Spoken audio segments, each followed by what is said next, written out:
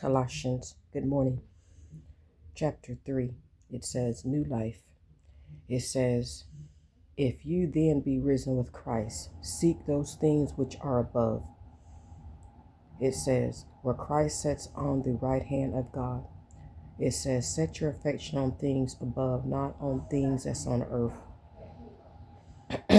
Christ and God, it says, when Christ, who is our life, shall appear, then shall you also appear with him in glory.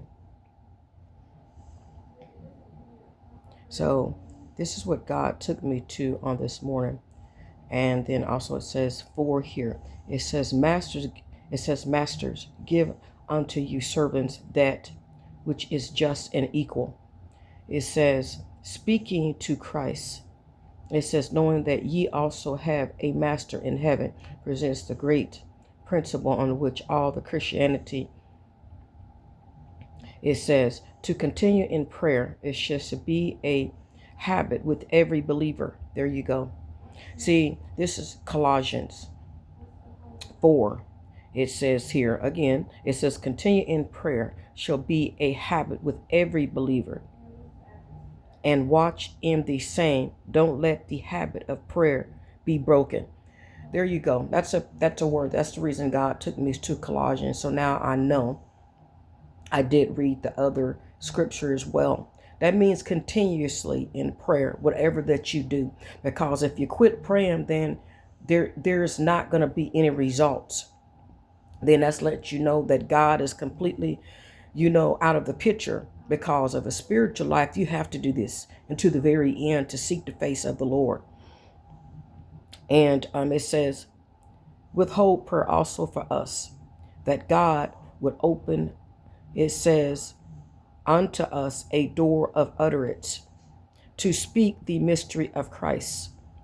It says, for which I am also in bonds, that I may make thee manifest.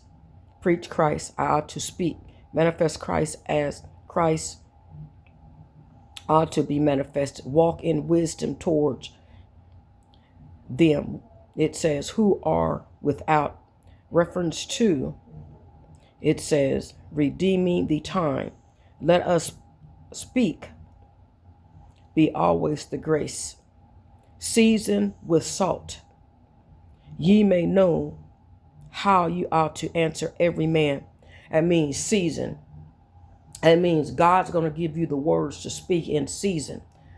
And this whatever that you're more or less your everyday life and what you need to speak about, God's going to give it to you, the words to utter, to speak. It's not going to be your words, it's going to be his word. So as when you walking in the spirit of God, God be the glory.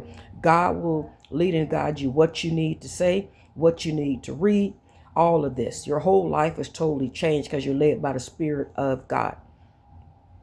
So this is what I'm going on today, which is Colossians 4 and 3, the new life. God be the glory. God bless you.